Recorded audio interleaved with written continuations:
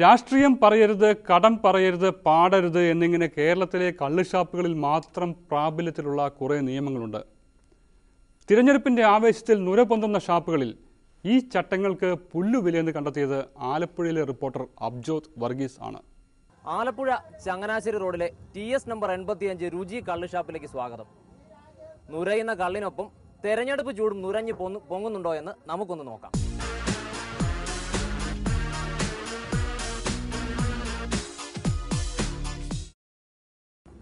കുട്ടനാട്ടിലെ ഷാപ്പുകളൊക്കെ തിരഞ്ഞെടുപ്പ് പ്രഖ്യാപിച്ചതോടെ, അല്ലെങ്കിൽ തന്നെ സജീവമാണ്, തെരഞ്ഞെടുപ്പ് പ്രഖ്യാപിച്ചതോടെ കൂടുതൽ സജീവമാണ്. ഇപ്പോൾ ഈ സമയത്ത് പോലും ഒരു ചേട്ടന്മാരിവിടെ ഉണ്ട്. തെരഞ്ഞെടുപ്പൊക്കെ അല്ലേ, തെരഞ്ഞെടുപ്പിന് ചൂടൊക്കെ ആയി തുടങ്ങിയ കുട്ടനാട്ടിൽ ചൂട് 2 ദിവസം കഴിഞ്ഞിട്ട് ഇച്ചിരി ആവേശമായ ഒരു ചൂട് ഉണ്ടാകത്തുള്ളൂ. ഇപ്പോഴത്തെ ഒരു സാഹചര്യം ഇന്ത്യയിലെ ഇപ്രാവശ്യം ഇന്ത്യയിലെ ഈ പ്രാവശ്യം കോൺഗ്രസ് അധികാരത്തിൽ വരും എന്നാണ് ഞാൻ ഉദ്ദേശിക്കുന്നത്. കഴിഞ്ഞ പ്രാവശ്യം കേരളത്തിൽ നിന്ന് 1 സീറ്റ് പോലും കോൺഗ്രസിന് കിട്ടിയില്ല. ഈ പ്രാവശ്യം ഒരു 10 സീറ്റെങ്കിലും കുറഞ്ഞത് കിട്ടിയിരിക്കും.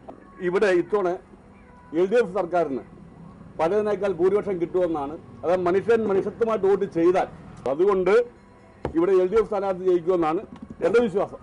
ചേട്ടൻ പറയുന്നത് ഇന്ത്യയിൽ ഇപ്രാവശ്യം കോൺഗ്രസ് ആണോ? ഇന്ത്യയിലെ ഒരു 3ാം മുന്നണി ഉണ്ടാകുന്നുണ്ട്.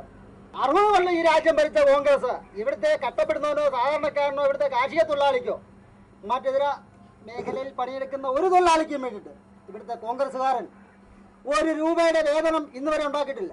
കേന്ദ്ര സർക്കാർ വരുന്ന കാശ് കൊണ്ട് അനുവദിക്കുന്നതിന്റെ പകുതി കാശ് ഒരു ഇവിടെ ചെലവാക്കാതെ രാഷ്ട്രീയ കളയുക. മതിൽ എന്ന് പറയുന്ന ആ കക്ഷിയുമായിട്ട് എല്ലാം ഫോട്ടോ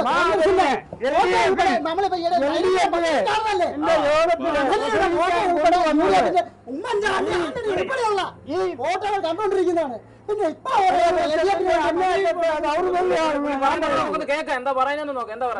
ഇടതുപക്ഷ സ്ഥാനാർത്ഥികൾക്ക് വേണ്ടി പ്രസംഗിക്കാൻ ആ വേദിയിലേക്ക് ക്ഷണിച്ചത് തന്നെ വളരെ തെറ്റാണ്. എന്തുകൊണ്ടാണ്?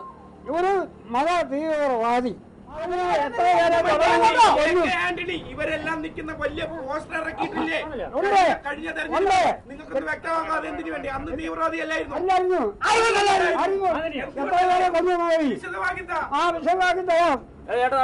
കള്ളുടെ കൂടി തണുക്കാം, നമുക്ക് ചേർത്ത് വല്ലാണ്ട് ചൂട് പിടിച്ചു, നമുക്ക് തണുപ്പിക്കാം.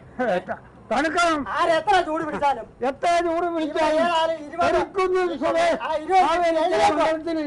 വിജയിച്ചിരിക്കും. KC വേണോമാരെ ജയിക്കുമോ, മനോജ് ജയിക്കുമോ? വേണുഗോപാൽ ജയിക്കും. അമ്പേ പരാജയപ്പെടും. 10,000 വോട്ടിന് KC വേണുഗോപാൽ എടുക്കും.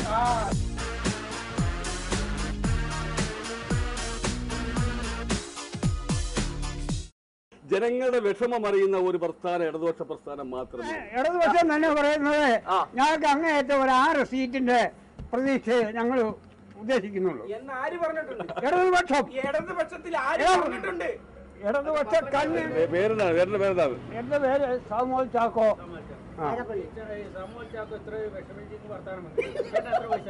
എനിക്ക് 80 വയസ്സായി. ഉണ്ട്. നേരത്തെ ഒന്നും മേടിക്കുന്നില്ലായിരുന്നു, ഇപ്പൊ കിട്ടുന്നുണ്ട്. അത് നീ തരുന്നല്ലോ.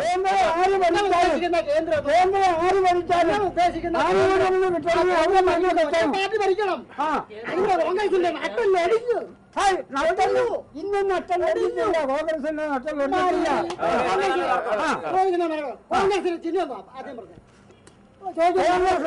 ചിഹ്നം പലതല്ല, കോൺഗ്രസ് എന്ന് പറയുന്നതോ.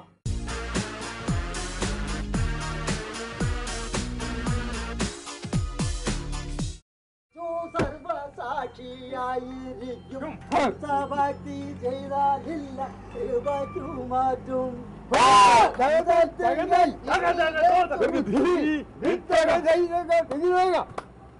ഇടതുപക്ഷത്തിന് കൂടുതൽ സീറ്റ് കിട്ടുമെന്നും വലതുപക്ഷത്തിന് കൂടുതൽ സീറ്റ് കിട്ടുമെന്നും കേന്ദ്രത്തിൽ 3ാം മുന്നണി അധികാരത്തിൽ വരുമെന്നും അല്ല കോൺഗ്രസ് അധികാരത്തിൽ വരുമെന്നും ഒക്കെ പറയുന്ന ആളുകളുണ്ട്.